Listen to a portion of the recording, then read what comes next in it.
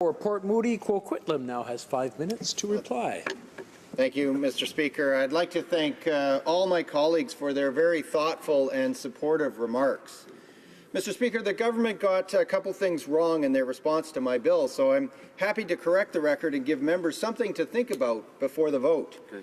The parliamentary secretary said, quote, "We have no evidence that the environment is sacrificed in order to pursue the economic development of British Columbia's aquaculture industry," unquote. Mr. Speaker, this is simply not true. Earlier this year, the government's own departmental scientists confirmed the existence of heart and skeletal muscle inflammation, HSMI, virus in farmed salmon.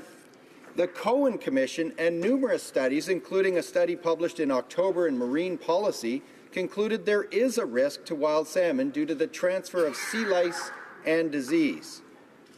Now, the government also said closed containment is unproven technology. Again, this is not the case. In BC, Katerra, owned by the Namgis First Nation, produces 400 tons of closed containment salmon each year, which is antibiotic-free, hormone-free, and non-GMO.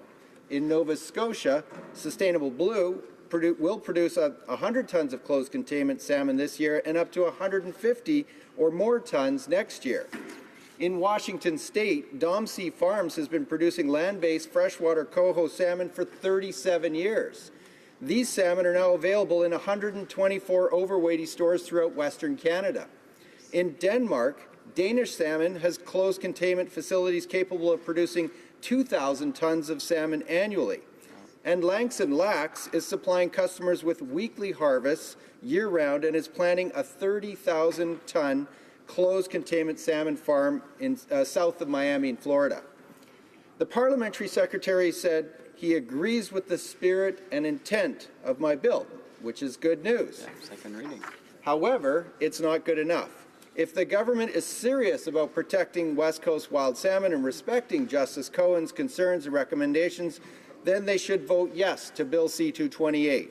Study after study for more than 15 years has come to the same conclusion. In 2001, the Leggett inquiry into salmon farming in BC concluded, quote, "Removing net cages from BC's waters and replacing them with closed-loop containment system which prevents waste from being discharged into the environment will resolve most of these problems," end quote. The report went on to say, quote, "The industry has invested substantially in net cage technology and must be given time to convert its operations.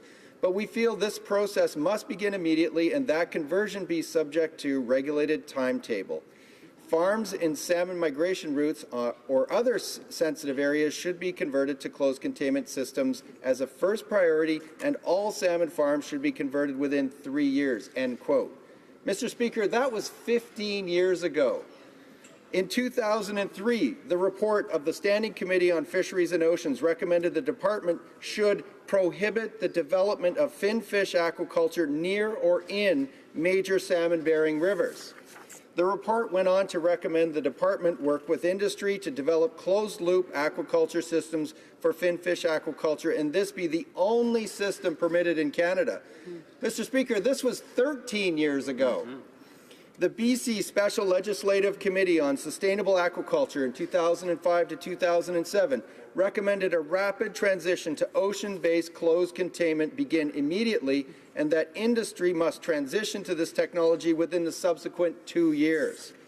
The report also said, quote, "It is our expectation that ocean-based containment closed containment technologies developed in BC will be licensed and sold around the world as consumers demand more sustainable aquaculture practices. This sustainable solution includes a barrier between farmed fish and the marine environment," end quote. Mr. Speaker, that was almost a decade ago. And finally, the Cohen Commission, in the most comprehensive review of Pacific salmon management in Canada, concluded, quote, "The potential harm posed to Fraser River sockeye from salmon farms is serious or irreversible.